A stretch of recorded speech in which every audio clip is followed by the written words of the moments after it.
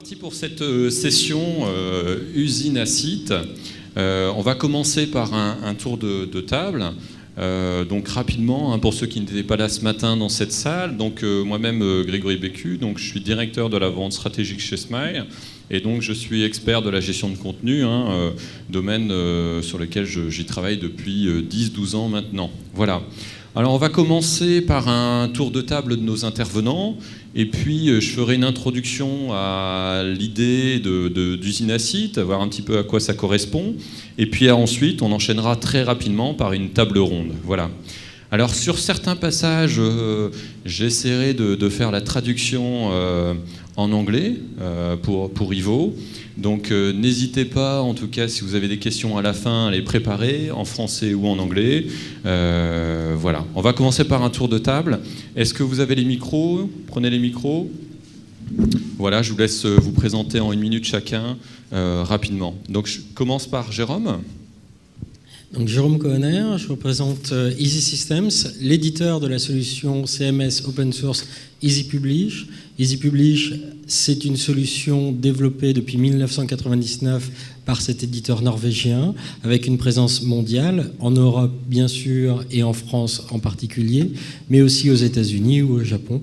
Nous sommes là pour vous répondre et pour concevoir avec vous et surtout nos partenaires comme Smile des projets d'envergure, aussi bien dans le monde des médias que dans le monde de la représentation des sociétés, des intranets, du knowledge management.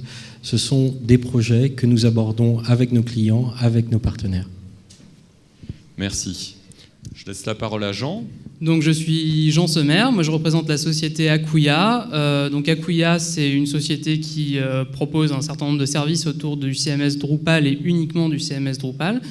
Donc on a été cofondé par Dries Buitert, qui est le créateur de Drupal. On est hébergeur, donc là encore uniquement Drupal, je répéterai beaucoup Drupal aujourd'hui de toute façon. Donc on est hébergeur de tout ce qui est Drupal, on propose du support applicatif autour de Drupal, de l'expertise toujours autour de Drupal, et on est éditeur d'un certain nombre de distributions Drupal et d'outils Drupal, et on propose également donc une usine à site qui s'appelle Drupal Gardens, dont on discutera un tout petit peu tout à l'heure. Okay, thank you very much. Perhaps, Ivo, you can make a more presentation of yourself. Yeah. So, hi, my name is Ivo Bronsveld. I'm from Hippo CMS. Hippo is a Dutch company, so that's why my French is not there. And I'm here to tell you a bit about how Hippo does handle the multi-challenge of the multi-site challenge. I work for a year and a half at Hippo right now. I started doing business consulting, which is basically helping the customers and the implementation partners do Hippo implementations.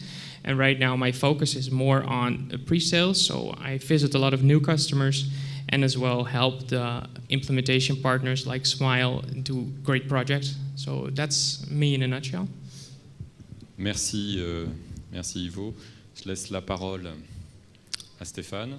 Bonjour, donc je suis Stéphane Monnier, je suis en charge du business développement chez Jaya Solutions de France, donc autour du produit Jaya XCM et un autre produit Jaya Wise. Donc mon rôle chez Jaya depuis près de 6 ans est de supporter notre réseau de partenaires, vu qu'on est basé sur un modèle de vente indirect. Donc nos partenaires sont force de proposition de nos technologies avec leur savoir-faire d'intégration, comme certains d'entre vous ont pu le constater dans cette salle. Et mon job, c'est de leur apporter tout le support nécessaire pour que Jaya soit maîtrisé au plus haut point. Et sur la question des usines à site, Jaya a toujours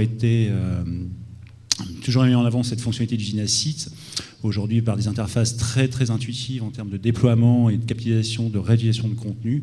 Aujourd'hui, on a des exemples, sites universitaires par exemple, avec plus de 500 sites en ligne sur une même instance Jaya. Très bien. Tu as vu la photo que j'ai trouvée de toi. J'ai déjà pas mal de personnes qui m'ont demandé un autographe. C'est pas celle que je t'ai envoyée. Ah non ? Mince. Très bien, je laisse la parole à Marc. Marc, présente-nous rapidement Liferay et puis toi, ton parcours. Donc Marc Brassier, je suis responsable des ventes et des partenaires sur la France. Alors le bureau français, c'est un bureau qu'on a ouvert l'année dernière. LifeRest, c'est une solution qui a été créée il y a aujourd'hui un peu plus de 12 ans. Donc, c'est une solution de portail d'entreprise. Donc, on adresse des besoins allés à des portails intranet, portails extranet, portails clients, portails fournisseurs. Et on adresse également effectivement cette notion de multisite, usine à site, mais je crois que j'ai quelques slides justement avec un retour d'expérience client qu'on présentera un petit peu plus tard. Tout à fait. Alors, je vais commencer par une introduction sur le sujet pour voir un petit peu plus précisément sur quoi on va parler. Et puis après, effectivement, vous aurez chacun quelques slides à commenter avant de passer sur la phase de questions-réponses. Alors déjà, l'usine à site, c'est quoi? C'est l'idée de disposer effectivement d'une plateforme qui va industrialiser le déploiement de nouveaux sites. Alors certains parlent effectivement d'usine à site, c'est l'idée d'industrialisation, on parle aussi de web factory, on parle de plateforme multi-site, on verra effectivement le sens de ces différents termes. Et donc, en tout cas, on note que c'est un besoin qui se multiplie. Il y a une recherche de rationalisation au niveau des coûts. Et donc, effectivement, les gens demandent de plus en plus d'avoir un CMS qui ne gère pas non seulement un site, mais un ensemble de sites. Ça, c'est une demande récurrente. Alors, sur le dernier livre blanc de Vincent Mocor, que vous pouvez trouver peut-être à l'accueil ou en tout cas en ligne, on avait aussi classé les CMS en fonction de leur usage. C'est-à-dire qu'effectivement, il n'y a pas de mauvais CMS. Les CMS, en fait, répondent plus ou moins bien à un certain nombre d'usages. On avait déterminé un usage qui était notamment l'usage multisite, et on avait déterminé un certain nombre de critères avec des pondérations. Bien sûr, un CMS qui répond bien à l'aspect multisite, usine à site, c'est déjà un CMS qui sait bien gérer plusieurs sites. Mais pas que. Il faut aussi qu'il ait une bonne organisation des contenus, un bon cycle de vie, une bonne gestion du multilinguisme, etc. etc. Donc là, on a un exemple, par exemple, Smile. Smile est présent dans 7-8 pays, et donc on a effectivement un site qui est présent, qui est le même site, sauf qu'effectivement il est co-brandé différemment sur les pays. Mais en tout cas, c'est la même plateforme qui va générer chez nous une dizaine de sites, une vingtaine de sites. Voilà, donc ça c'est un exemple de multisite. Alors il faut bien voir qu'il existe différentes formes d'usine à site. Il y a déjà une première approche qui est technique. Si vous installez par exemple de base un Drupal, sur Drupal vous pouvez par exemple installer plusieurs sites, mais d'un point de vue technique, c'est-à-dire mutualisation du code source, etc. Mais vous pouvez aussi avoir des approches de partage de contenu. C'est le cas par exemple sur l'ensemble de nos sites sur Smile. C'est-à-dire que quand vous allez effectivement sur smile.fr ou bien Smile Belgique, Smile Suisse, comme c'est la même langue, il y a une bonne part des contenus en fait qui sont les mêmes, et donc il y a une mutualisation des contenus. Et puis après, il y a une approche mixte, qui est une approche technique et contenu. Je pense que c'est ce point-là qu'on abordera en priorité avec les intervenants. Voilà. Alors, on verra tout à l'heure, j'ai préparé un certain nombre de questions. On y reviendra juste après les présentations de chacun. Alors, je vous propose de faire un tour de table, de Jérôme de prendre le micro, et puis de faire une présentation de Easy Publish sur la base des slides que tu m'as transmis. Donc on va ensemble regarder les différentes fonctionnalités et les différents éléments de base qui permettent de parler de multisite. Première chose, je crois que la simplicité est au cœur de la stratégie du multisite. Multisite, usine à site ne doit pas rimer avec usine à gaz. On doit simplifier au maximum la vision qu'on a du multisite, la vision de l'information, et faire en sorte que l'utilisateur soit en mesure de gérer en une seule fois le contenu pour plusieurs sites. C'est ce que disait Grégory juste avant avec Smile, la capacité de mettre à disposition l'information sur plusieurs éléments. Alors d'un point de vue technique, oui, on peut être multisite sur une seule base de données, et à ce moment-là, l'avantage c'est qu'on va partager le contenu, les utilisateurs, les interfaces d'administration, mais on peut aussi être multisite et cloisonner un peu plus avec plusieurs bases de données pour faire en sorte que chaque site soit totalement indépendant et permettre de cette manière-là de surtout partager les fonctionnalités. Les fonctionnalités, c'est votre valeur ajoutée. Le CMS vous apporte tout un ensemble de fonctionnalités de base, mais vous, au travers de nos partenaires comme Smile, vous allez rajouter de la valeur, vous allez rajouter votre métier à l'intérieur de ce CMS. Et il est important parfois de pouvoir le mutualiser entre ces différents sites pour ne pas réinventer la roue à chaque fois. Alors vous ne voyez pas le bas de l'écran tel qu'on est placé, mais très rapidement, il faut prendre tout un ensemble d'informations dans le multisite. Ce n'est pas simplement plusieurs sites web, c'est le même site web avec de multiples designs. On peut parler par exemple de la marque blanche. Même information, même site web, même fonctionnalité présent sous différentes marques. C'est du multisite. Parler du multilingue. Le multilingue, ce n'est pas simplement traduire l'information, c'est aussi contextualiser l'information en fonction d'un pays. Et il faut pouvoir être en mesure de le gérer. Parfois, le pays de destination doit avoir des représentations différentes parce que la marque dans ce pays a une représentation visuelle différente. Il faut pouvoir le gérer. Et pour ça, on va avoir évidemment du contenu traduit et un contenu qui est unique, c'est-à-dire qu'on ne duplique pas l'information entre plusieurs langues, mais on a bien un et un seul contenu qui est traduit dans plusieurs langues. Et ça, c'est une chose. Ensuite, on va pouvoir gérer tout ça dans une seule arborescence de contenu. Alors, selon les droits de l'utilisateur, évidemment, il verra ou ne verra pas, ou pourra ou ne pourra pas modifier ce contenu. Mais tout ça va être géré de manière unique, ce qui nous permettra ensuite de partager l'information. Et au final, il y a toute la couche de représentation. La couche de représentation, elle est essentielle dans le multisite. On ne va pas repartir de zéro à chaque fois qu'on veut faire un nouveau site. On ne va pas repartir des templates vierges du CMS. On va hériter, on va avoir des systèmes de surcharge qui nous permettent de minimiser l'impact du développement d'un nouveau site. Et puis, j'aime bien revenir aux fondamentaux et pour pouvoir faire du multisite, l'élément clé, c'est le point de départ qui est la séparation du fond et de la forme. Oui, tout le monde parle de séparation du fond et de la forme lorsqu'on parle de CMS. Pour autant, je peux vous assurer qu'encore aujourd'hui, une grande partie des CMS s'arrête là où commencent les éditeurs de texte riches parce qu'on va copier-coller du HTML directement. Easy Publish, pour atteindre le niveau d'excellence souhaité, à un éditeur de texte qui vous donne toutes les fonctionnalités d'un éditeur de texte HTML, voire plus, mais stocke l'information en XML pour ensuite retranscrire l'information en fonction des canaux, en fonction des sites de destination. Très bien, merci Jérôme. Jean, si tu peux faire en 3 minutes une présentation de l'aspect multisite sous Drupal. Alors, aucun problème. Donc, moi, je ne pourrais pas dire mieux de toute façon que Jérôme, mais je partage son point de vue sur tous les points qu'il a abordés. Et Drupal partage aussi toutes les fonctionnalités que Jérôme a présentées, bon, sauf effectivement la partie éditeur de texte, où là, il est vrai qu'on est plutôt sur du WYSIWYG, mais avec des input filters qui sont là très paramétrables et là très évolués, qui permettent de faire du multicanal intelligemment également, mais d'une autre façon. Ça, c'est un point de détail. Moi, je voulais plutôt revenir sur en fait 3 façons de faire du multisite / usine à site qui sont finalement dépendantes des usages qu'on veut en faire. Enfin, nous, en tout cas, au niveau de la communauté Drupal et chez Acquia, on en voit essentiellement 3. Donc on voit, et je vais prendre 3 exemples d'ailleurs. Je vais prendre l'exemple de capgemini.com qui a été refondu en Drupal il y a assez peu de temps. Je vais prendre l'exemple de Doxilan, donc l'ensemble de marques de produits de Decathlon, où là aussi c'est un Drupal qui propulse l'ensemble. Et je vais prendre comme exemple Warner Music, où en fait chaque artiste de chez Warner a un site web propulsé par Drupal en ligne. Voilà, donc là ça représente peut-être 250 ou 300 artistes, j'ai plus les chiffres en tête, mais qui sont en fait construits sur 3 modèles différents. Donc capgemini.com, c'est un modèle mono-instance, donc c'est une seule instance de Drupal qui va propulser en fait l'intégralité des sites du groupe Capgemini. Donc là, on est dans le cas dont parlait Jérôme et dont tu parlais également tout à l'heure sur le site de Smile.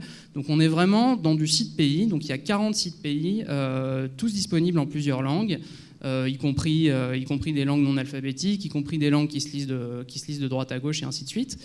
Et donc là, finalement, il y a un partage de contenu, un partage de fonctionnalités métiers, un partage de workflow, de génération de contenu même, qui est juste de 100%, si vous voulez. Le contenu qu'on génère, qu'on le génère pour le site polonais ou qu'on le génère pour le site français, en dehors des informations linguistiques et des informations de contexte, sémantiquement, c'est le même contenu.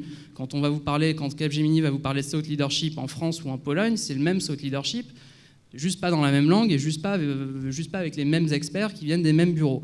Donc c'est exactement un site qui propulse l'ensemble, avec une base de données derrière, avec des fonctionnalités de workflow qui sont rigoureusement les mêmes. Et en fait, là, le multisite, il n'y a pas besoin de multi-déployer des sites, il n'y a pas besoin d'instancier des différents sites. On est vraiment sur du multisite virtuel. Donc ça, en tout cas, c'est la première approche. C'est la première approche, absolument. Parce que je vois que tu pourras en parler très longtemps. Oui, on va en reparler juste après. J'irai un peu plus rapidement sur la suite.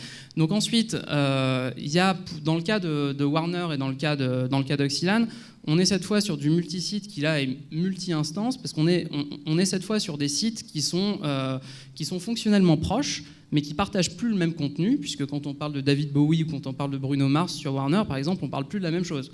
On parle d'artistes, effectivement, donc il y a des métadonnées qui sont communes, il y a une structure métier qui est commune, donc il y a finalement une base de code qui est assez commune, mais au niveau du theming, au niveau de ce dont on parle, c'est plus la même chose. Donc là, on est vraiment sur un problème d'usine à sites, puisqu'on va avoir plusieurs sites. Et nous, on voit finalement une différence majeure qui crée les deux dernières catégories de multi-sites, multi-instances. C'est le cas où l'usine à sites est pilotée par l'ADSI, comme c'est le cas par exemple chez Oxylan.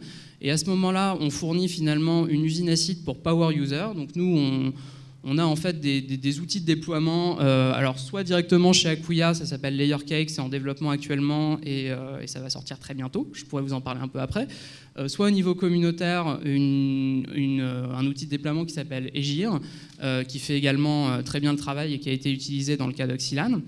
Et donc ça c'est finalement des outils pour Power User pour effectivement déployer à coup de ligne de code des distributions Drupal.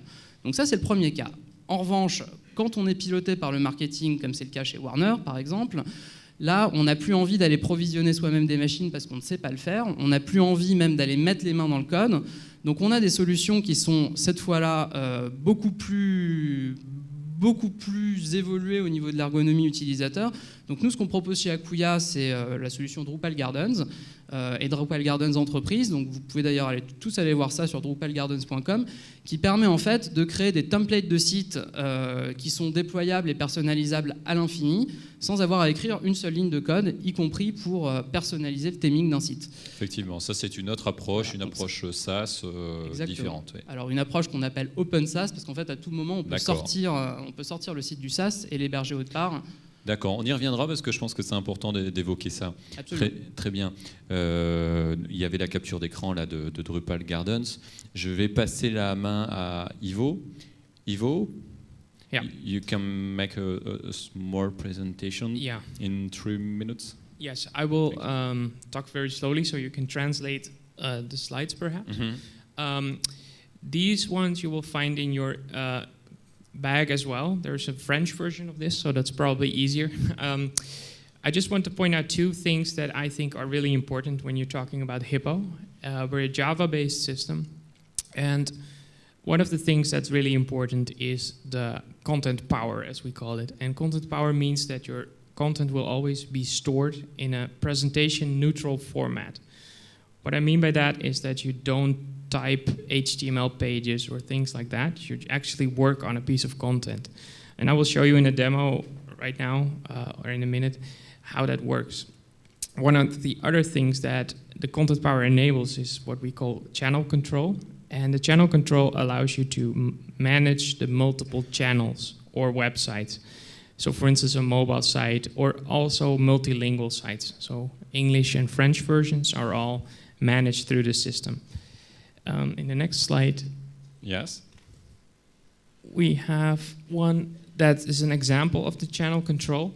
That's the way to, So what we always like to do at Hippo is to put the marketer or the content editor in the driving seat so they can do the things they want to do. So one of the things we do that is using what's open on the left-hand side or the right-hand side, is the template composer where you can drag and drop components around and change the way the site looks. And on the other hand, we also would like you to instantly create new sites. So in that way, you can instantly create new websites, new channels, and the time to market is really low, and you're up and running in no time. So maybe I can just show you because it saves a lot of translation and Yes. 1 minute. 1 minute. Okay, that's great. In Hippo, we have something called the channel manager where you see all your multiple channels, and you can just click the website, browse it in preview mode, and then you can start editing the content.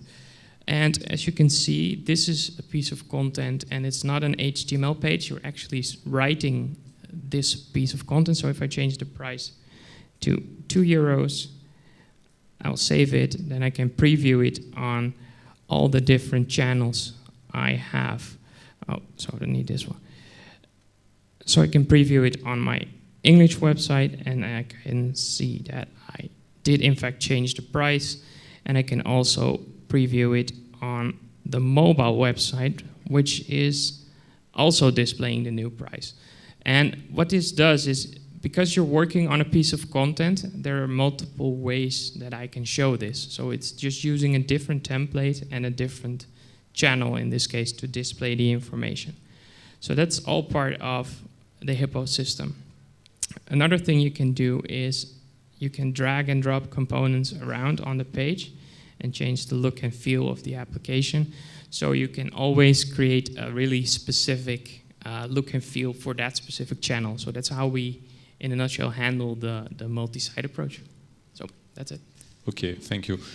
Pour ceux qui ne connaissent pas Hippo, hein, je fais une traduction accélérée. En tout cas, c'est un CMS basé en Java, hein, J2E, qui vient des Pays-Bas et qui est très implanté, d'ailleurs numéro 1 là-bas sur les Pays-Bas, et qui a une particularité, en tout cas, c'est qu'effectivement, il fait du multisite, mais il est très orienté sur ce qu'on appelle le CXM, hein, comme d'ailleurs nos amis de Easy Publish. Donc tout ce qui est expérience utilisateur, construction de pages à la volée en fonction d'un comportement d'utilisateur. Voilà. Très rapidement. Je passe la main à Stéphane. Donc je repasse sur les présentations. Stéphane, tu nous présentes rapidement Jaya ? Donc oui, Jaya donc depuis 2002 a toujours eu cette fonctionnalité d'usine à site et de donner la possibilité aux administrateurs, via des interfaces intuitives, de déployer des nouveaux sites en fonction de sets de gabarits prédéfinis. Aujourd'hui, avec la dernière version, on a vraiment séparé comme nos amis ici tout ce qui est présentation de tout ce qui est contenu. Donc on va pouvoir capitaliser sur X sets de templates qui soient déclinés, soit faire des mobiles ou soit faire du générique web, qui est une présentation qui n'ont rien à voir, mais juste sur la partie présentation, c'est-à-dire un système de zoning au niveau des différents gabarits que vous allez proposer aux contributeurs. Et d'un autre côté, on va avoir une bibliothèque de composants techniques, qui soient aussi bien éditoriaux que métiers si nécessaire, ou Web 2, etc., à disposition. Donc, l'administrateur de sa plateforme, et là je parle d'une instance unique, où on va pouvoir déployer X sites basés sur X présentations en fonction d'une bibliothèque sur laquelle on va pouvoir capitaliser en termes de déploiement et réutiliser bien évidemment le même composant sur les différents sites qu'on peut avoir sur notre instance. Après, il y a une chose dont on n'a pas parlé, c'est comment on va gérer les autorisations, qui va gérer ensuite ces différents sites. Donc moi je vois deux approches. Soit j'ai une approche décentralisée où je vais avoir un administrateur qui va gérer l'instance, on va dire technique, le back-office, déployer les sites et donner les clés à une entité, je sais pas, un service par exemple dans l'entreprise ou une agence de la société mère, etc., pour qu'ils se débrouillent au niveau du contenu.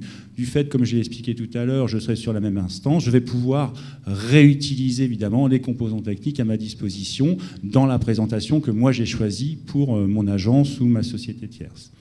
Ensuite, on a une vue, je dirais peut-être plus DSI, où on va centraliser l'administration au niveau du serveur Jaya, et là, on va pouvoir décliner un certain site de site. Je pense que c'est ce qui se passe pour le site de Smile, où j'ai un administrateur, j'ai un set de templates que je décline en fonction de thème, chose qu'on peut faire également avec Jaya.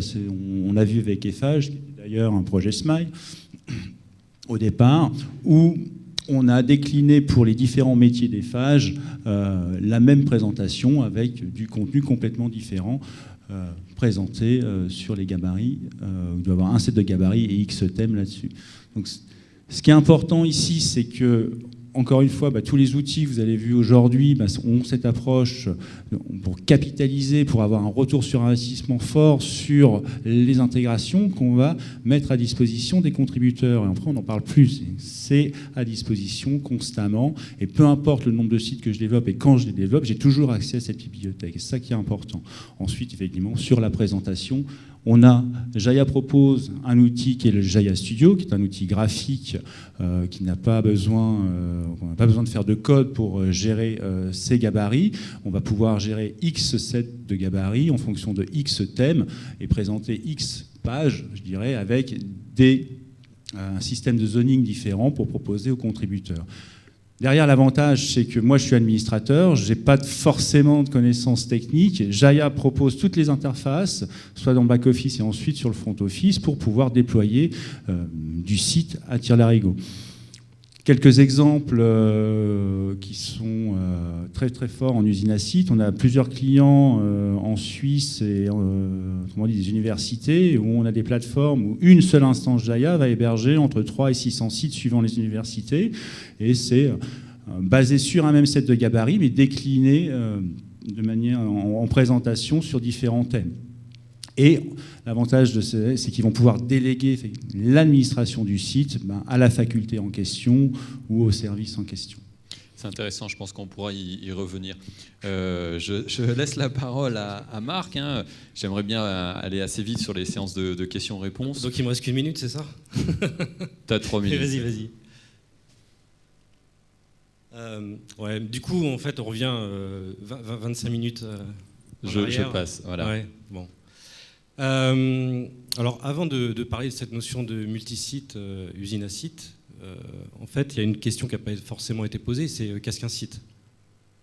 Alors, qu'est-ce qu'un site, Marc? Ah oui, est-ce que c'est simplement du contenu? Est-ce que c'est du contenu avec des applications métiers? Est-ce que c'est du multicanal? Est-ce que c'est du multilingue?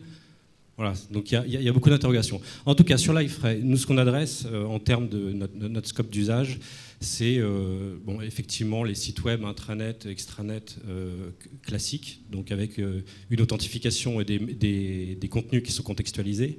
On adresse bien sûr cette notion soit du multisite, soit d'usine à site selon les clients. Bon, la majorité de nos clients utilisent Livefray en tant que socle technique et font effectivement du multisite.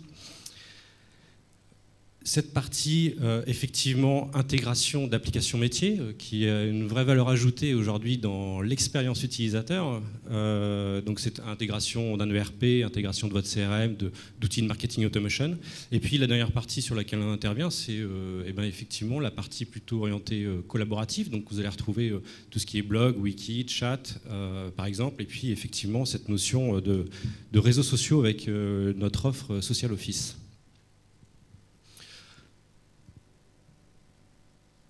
Donc, juste un retour d'expérience d'un de nos clients. En fait, c'est la Société Générale qui utilisait, il y a un peu plus de 3 ans, une solution d'intranet qui était basée sur Noeto.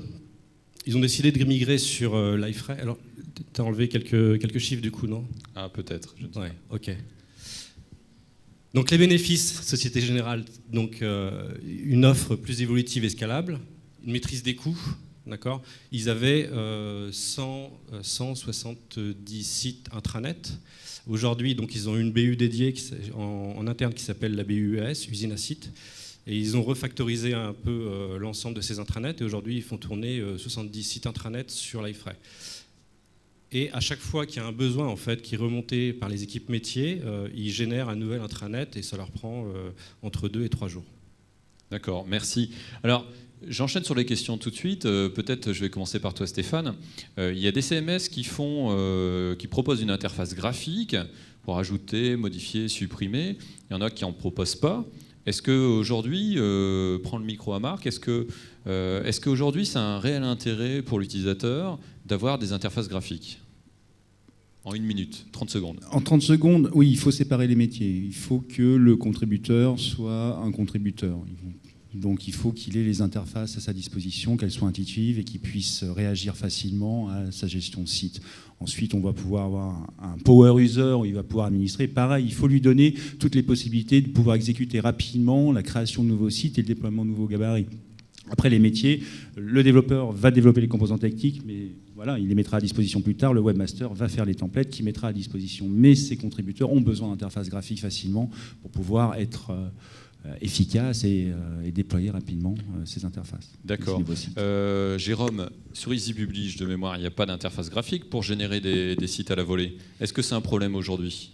Non, pas du tout, puisque avant tout, l'idée d'EasyPublish est de permettre, depuis le back-office, d'avoir vraiment une seule arborescence dans laquelle vous allez mettre vos différents sites. Parce que derrière, il faut bien voir qu'au-delà de déployer un nouveau site, il y a toutes les connexions liées à ce nouveau site, toute la configuration qui est liée au serveur web Apache typiquement, et celle-là, elle est aussi à faire. Donc il y a en effet une corrélation entre un travail technique qui peut être automatisé et dont certains partenaires comme Smile ont eu l'occasion d'automatiser, mais il y a une approche métier qui est très avancée sur ces éléments-là et qui nécessite un petit peu de webmastering. Maintenant, nous travaillons aussi sur cette notion. On a énormément de clients qui utilisent le multisite d'EasyPublish. Drupal citait Warner pour Easy Systems. En restant dans le même monde, ce sera EMI Music qui utilise le même principe avec ses artistes. Et là, ils déploient de la même manière avec des templates spécifiques chaque artiste. Mais l'équipe marketing d'EMI a accès en un seul back-office à l'intégralité des artistes pour pouvoir tout modifier en une seule fois. D'accord. Alors, je comprends bien, hein, il y a bien effectivement différents corps de métier, et effectivement, le contributeur, c'est pas lui qui va générer un site.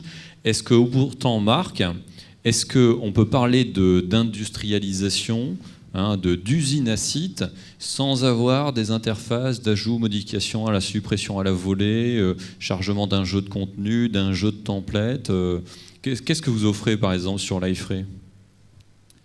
Alors, ça va rejoindre un peu des aspects techniques. Mais globalement, en fait, le choix de notre client, c'est un choix, bien sûr, sur l'aspect fonctionnel, mais c'est aussi un choix de socle technique.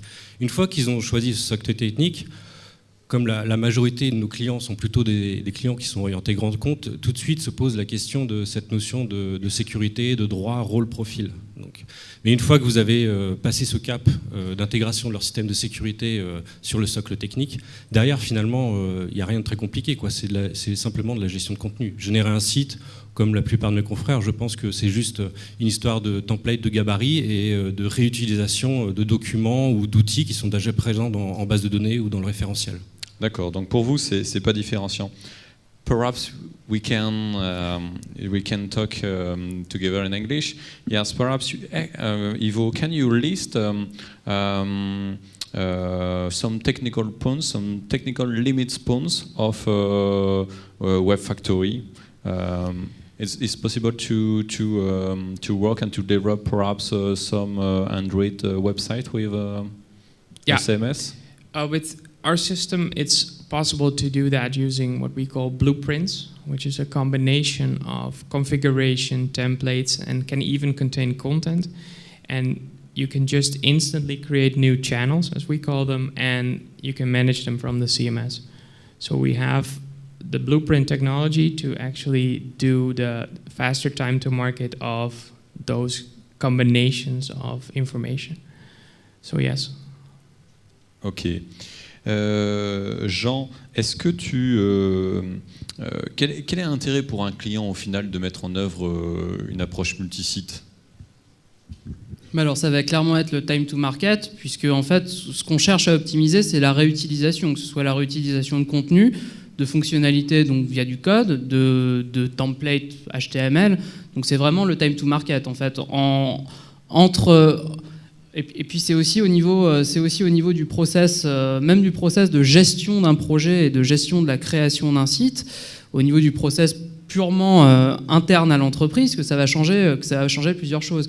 Le cas de la Warner, en fait, il est assez pathologique dans ce sens-là, puisque en fait, avant, quand ils avaient besoin de générer un nouveau site d'artiste qui démarrait from scratch, ils devaient lancer une campagne où ils lançaient un appel d'offres pour choisir le prestataire qui allait réaliser le site.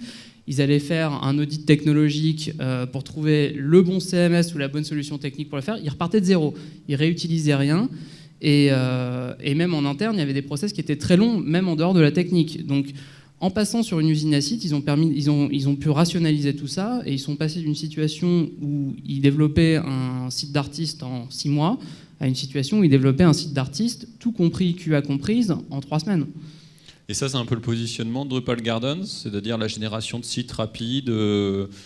Est-ce que pour autant, on gère des sites complexes et volumineux avec Drupal Gardens, par exemple ?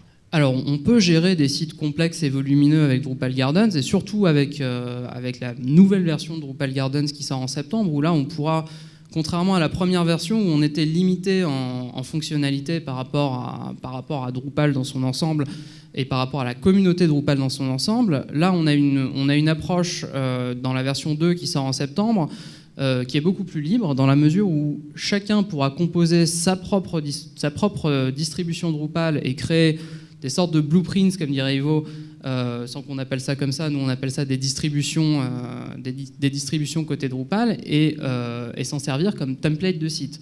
Donc là, effectivement, on n'aura plus de limites fonctionnelles et on pourra créer des sites arbitrairement complexes qu'on pourra cloner, spécialiser, dupliquer, thémer.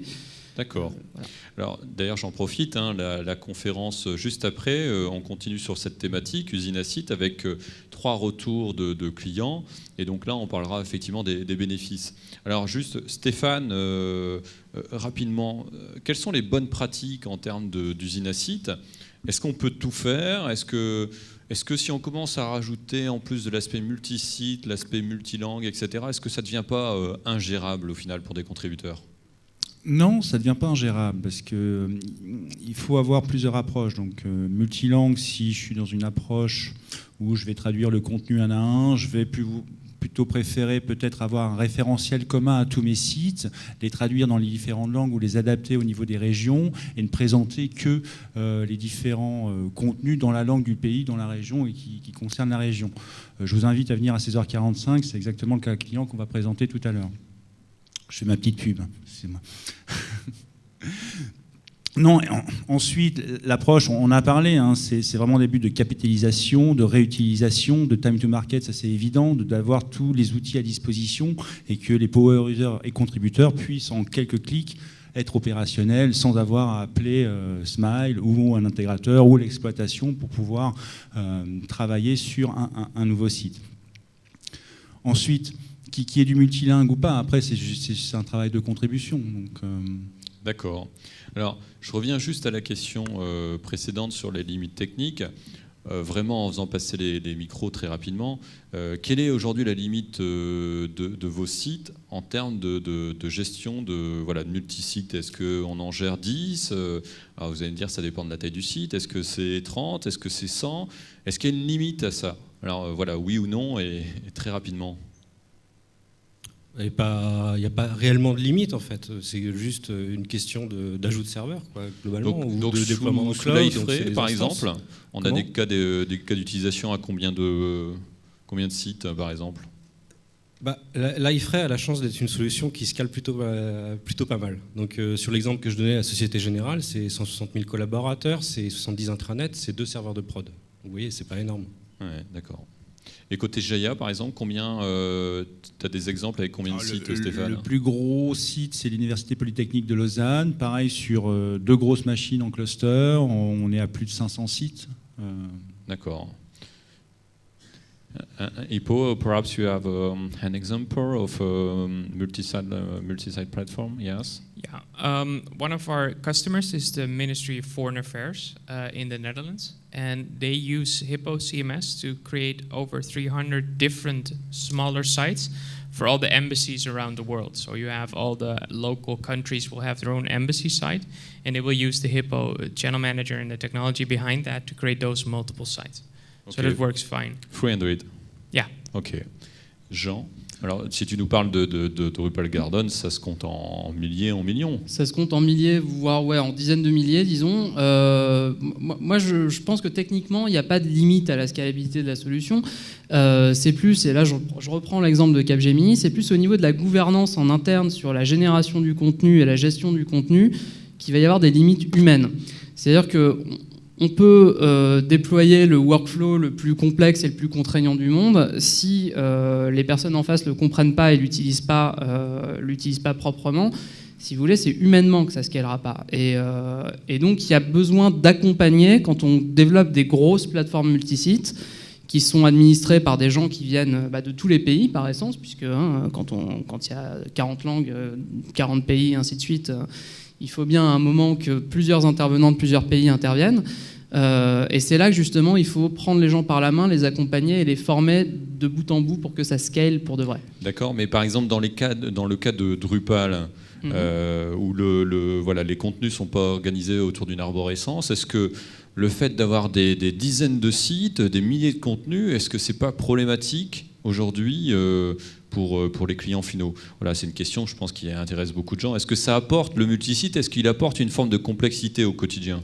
Alors au contraire, en fait, de ne pas avoir d'organisation du contenu prédéfini, on se rend compte que ça devient presque un avantage quand on comprend et qu'on accompagne le client dès le début, parce que ça permet en fait de se calquer au fonctionnement même du client, parce que le client, de toute façon, n'importe quel client gère du contenu, échange de l'information, et il faut juste comprendre comment lui le fait pour que ensuite le CMS qu'on utilise mimique la façon de fonctionner du client. Et c'est comme ça que ça peut marcher.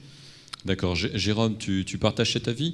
On revient à la question, combien de sites avec Easy? Tout à fait. Tu as des exemples de clients? Plusieurs clients, on parlait tout à l'heure d'EMI pour le cas de la musique, mais c'est un bon cas puisqu'en effet c'est un site par artiste ou par album, et là on parle de plusieurs centaines de sites gérés.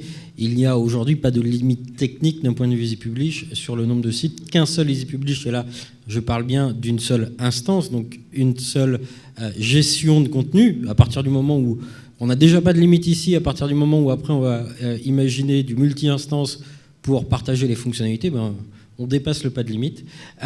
Donc on va vers l'infini, donc il n'y a absolument pas de problématique ici, et ça c'est très important. Je vous taquine tous un petit peu, mais quand on voit par exemple les nouveaux venus, comme par exemple Rubedo, qui est basé sur du NoSQL, la tendance Big Data, etc., vous répondez à quoi? Si aujourd'hui il y a des nouvelles technologies qui sont capables de supporter des charges encore plus lourdes, c'est que les technologies traditionnelles touchent des limites. Est-ce que sur l'aspect multisite, on n'a pas non plus des limites à venir?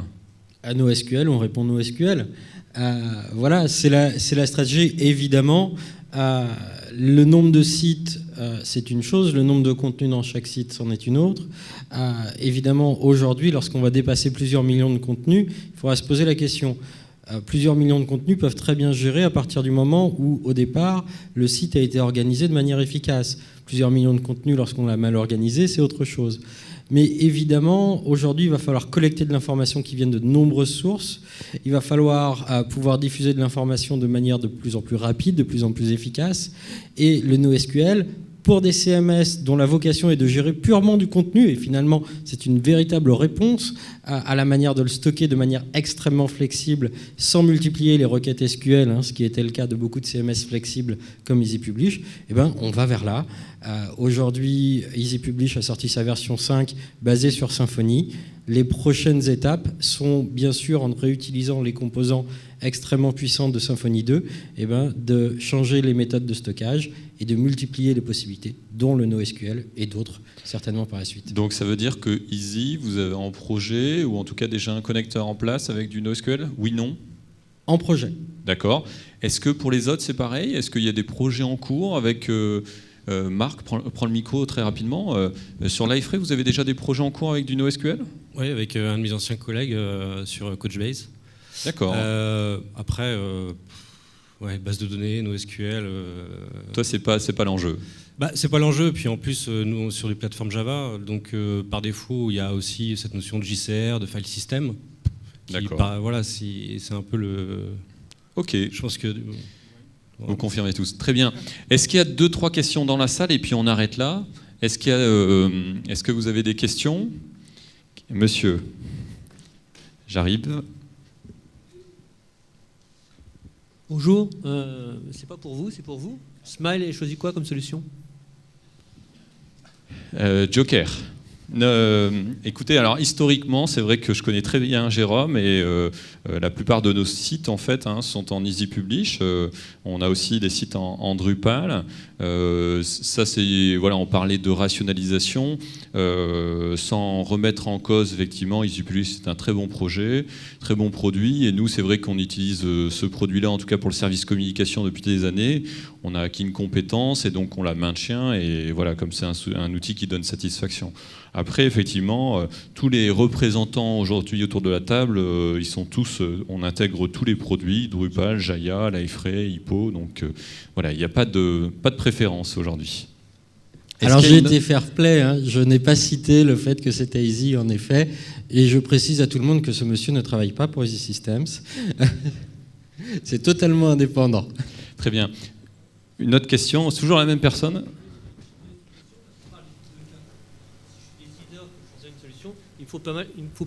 En tant que décideur d'une solution pour un client, il faut que je sache donner des exemples sur des choses qui fonctionnent.